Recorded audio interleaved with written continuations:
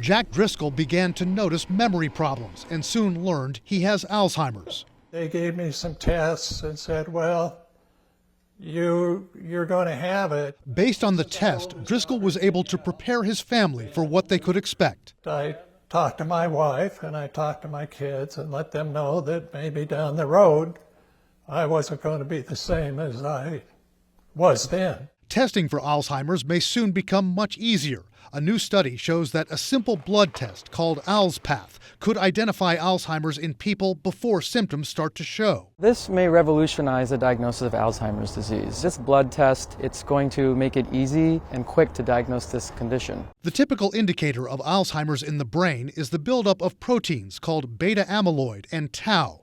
Until now, the way doctors looked for those proteins was to use brain scans or spinal taps, but not everyone can get those tests. PET scans are expensive. They have radiation, thousands of dollars. Spinal taps are, intrusive and, they also cost a lot of money. A simple blood test can democratize care for people and really identify if a person is at risk for dementia before symptoms begin. The new study shows this blood test, ALZpath, compares well for accuracy with brain scans and spinal taps to be able to detect and possibly predict who has Alzheimer's, even when a person appears to be normal. Individuals who develop Alzheimer's disease, they develop the pathological changes in the brain up to 20 years before they may show symptoms. So with this test, we can actually see those pathological changes in the blood.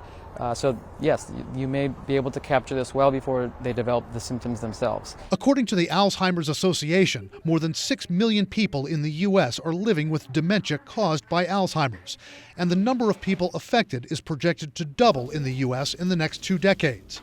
While there is still no cure for Alzheimer's, when a person is still at the earliest phase, it's called a mild cognitive impairment phase, we now have several FDA-approved drugs that have been shown to have some disease-modifying or disease-slowing effects. Which makes early detection with this blood test even more critical. Jack Driscoll has this advice to anyone who tests positive. I would encourage them to keep their life happy as best they can. The Alzheimer's Association tells CNN it believes this work is very encouraging, but a spokesperson for the association stressed to us that right now this blood test is for use in research only and has not been approved yet by the FDA. And the spokesperson cautioned that further testing of the product is still needed in what he called diverse and representative populations. Brian Todd, CNN, Washington.